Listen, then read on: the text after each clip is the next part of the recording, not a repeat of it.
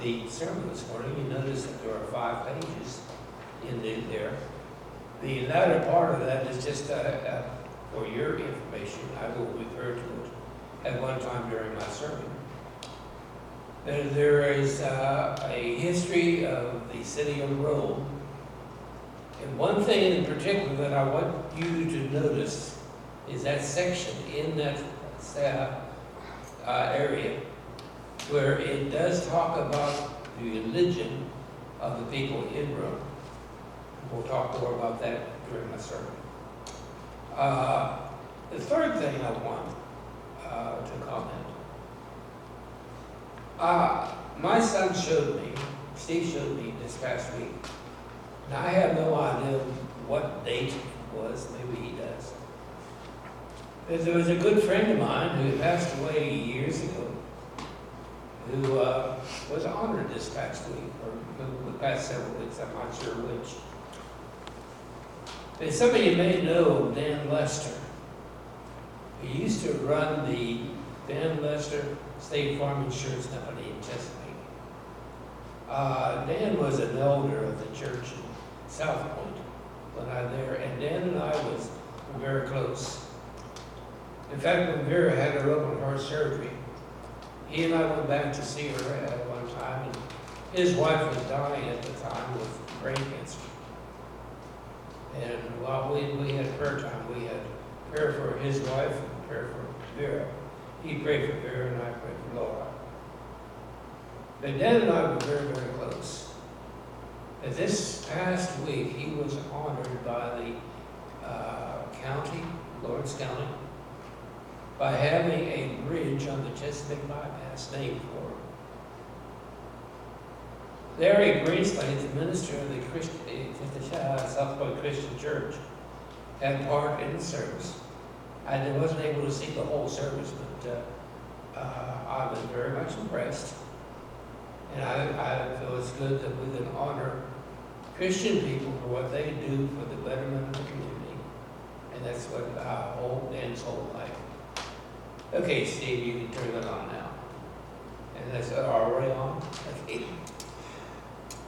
You know, this past week was a rough week for me. Being still June, I knew that we were coming up with the 4th of July holidays. And I remember the old-time joke, do the Canadians have a 4th of July? Of course, you say no. Well, what do they do? You come from the 3rd to the 5th. You probably have heard that many, many times in your life. But I kept racking my brain, such as it is, trying to come up with a message that I would feel would be appropriate. It ended up that I had so much to say that I'm going to split my message up into part this week and part next Sunday. Next Sunday will be a different type of approach of what this Sunday will be. Then I began working on my sermon. And the more I worked on it and observed what was going on, the more I became upset as to what's going on in our country today. The old saying, those that don't know history are doomed to repeat it. What about those that don't care to know history? I think one of the things that we have noticed by watching these videos at 10 o'clock that are put out by wall builders is that there is a definite effort by many people in responsible position to get God out of our history, to try to claim that our country is great because of people rather than the power of God in the people, and so forth. And the more I worked on this particular idea and tried to resolve in my thinking some of the problems they angry our God, And I think to top it off is that during the latter part of the month of June, we have had gay pride shoved down our throats. And we do know that homosexuality is very clearly spoken against in God's Word.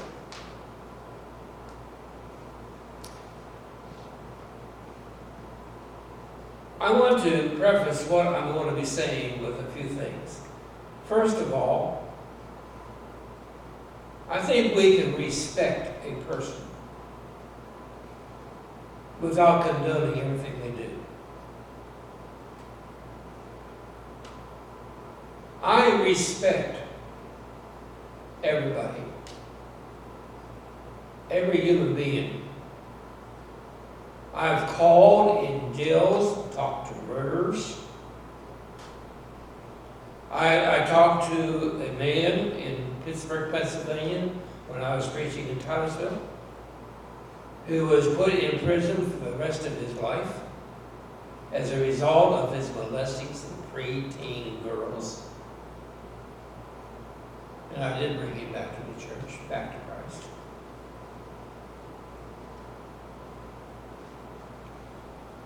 I do not condone what they do, but they are human beings. They are made in the image of God. And God loved them enough that Jesus Christ died for their sins as much as he died for mine. So please, when you hear me speak against an activity that somebody is doing, understanding I'm not condoning the activity, while I still maintain the greatest respect possible for them. I have made a comment, and it's a true comment, that when I was preaching in the West Corbin Church down in Corbin, Kentucky, the best friend that I had in the ministry down there happened to be the Roman Catholic priest. And I don't know how many times I would buy him coffee, or he'd buy me coffee. And we would sit down and talk and talk and talk. We knew where each one differed with the other one.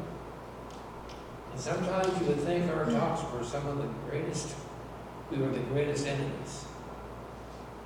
But we never lost respect for each other. The second thing that I want to say, and I've already referred to it, when you go back to the very century in which, the time in which the church was born, on the day of Pentecost in 3030 AD, I'm sorry, the church was born into a world that was far worse than what we are experiencing. That's why I want you to read the idea of Christianity, or the religion of Rome, at the time of the birth of the church. Some of the things that they used to do, they had their orgies. Women were treated as cattle. The idea of sex was prime in their thinking. And it was nothing for some of these orgies to last for weeks on end. They also had what they call their gluttonous feast, in which they would start on one day and probably go for several days eating food in a gluttonous way. I don't know how many of you might know the idea that in these feasts where they would have their great gluttonous feast, there's always a room off to the side of that room that was called the vomitorium. And what they would do, they would eat until they sated themselves so full, then they would excuse themselves if they had the courage to do so. Go into the vomitorium and stick their finger down their throat, throw up everything they had on their stomach, then come back in and jump into the feast again. That was gluttony. It's no wonder the Catholic Church came out with the idea that one of the 7 deadly sins is gluttony. Therefore, I firmly believe that our nation hasn't reached the status of the Roman government. But it's not far from it. Not far from it. And the third thing that I want to clarify before we begin is the idea that it's not the Republicans. It's not the Democrats. It's the politician that is the problem. Oh, in order to be able to get elected, what's your big idea? Well, I'm going to give the people this. I'm going to give them free Medicare. I'm going to do this. I'm going to do that. Pretty soon it's going to be the fact that we don't work because the big brother and dog government will be giving us everything, and we can't afford it.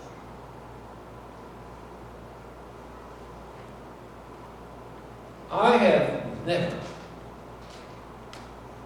never in my lifetime seen a nation so polarized, so divided,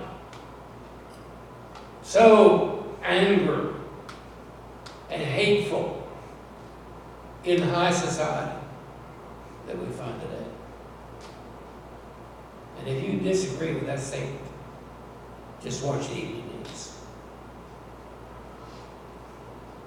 I think we're close, as far as our nation's concerned, to the anarchy than we've ever been before. And I make no apology for what I believe, because I think the facts are obvious when you look out the world. The problems that our nation are facing are as easy as ABC. ABC. Addiction. Whenever we think of addiction, we think of the problems that we have with drugs. And that is a problem. But I wonder often if drugs are not being used as an escapism rather than they are as an addiction. I think our kids see what's going on. And they get involved with drugs only because of the fact that it's a way that they can escape the reality of the day. But there's other addictions. Our nation's addicted to sex. And I'm speaking to a mature audience. I think I can speak that way. Our television programs are all designed for the idea of sexual attraction. We buy bigger television sets so we can see what's going on a lot clearer.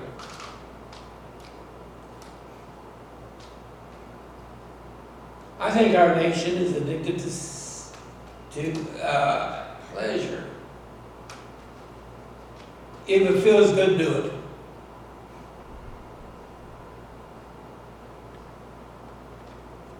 A lot of people go to church and they choose the church which makes them feel good.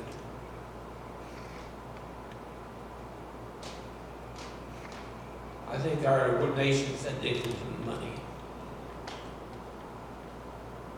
To money. I love money. I wish I had all the money in the world. But the love of money is the root of all evil, the Bible tells us. It's not money the root of all evil, it's the love of money. The next word is blasphemy. I hear things over television anymore, over primetime television, that years ago would have been beeped.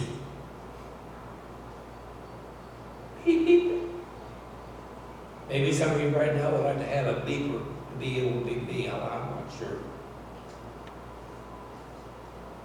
But we're being bombarded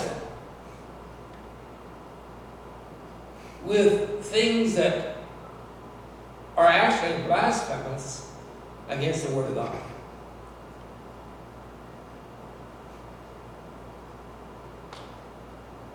It bothers me when I hear evolution being taught.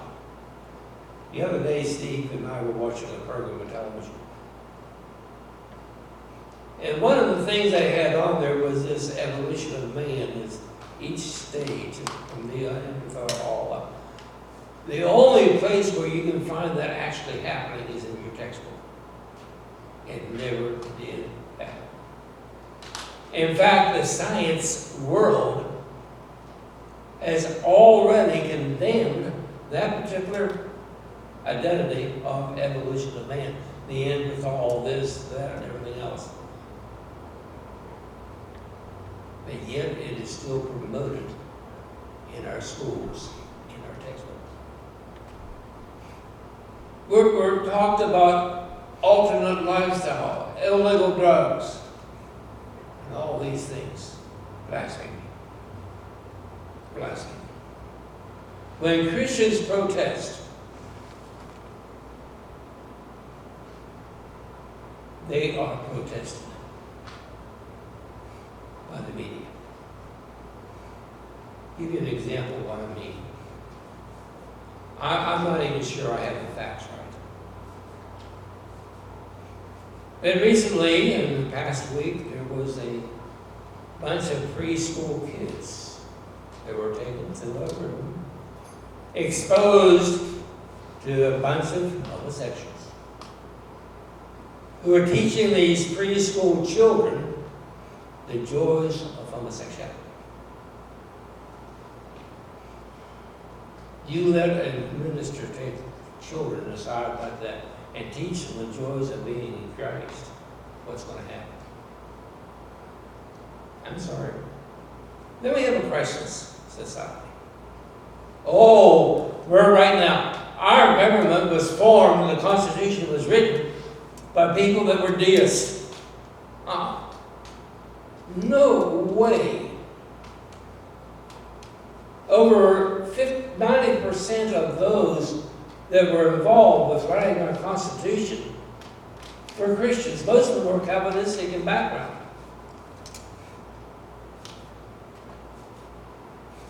And they're trying to take God out of the picture. They're trying to take a fear of God and a fear of based upon Christianity out of the picture. They're trying to take everything out.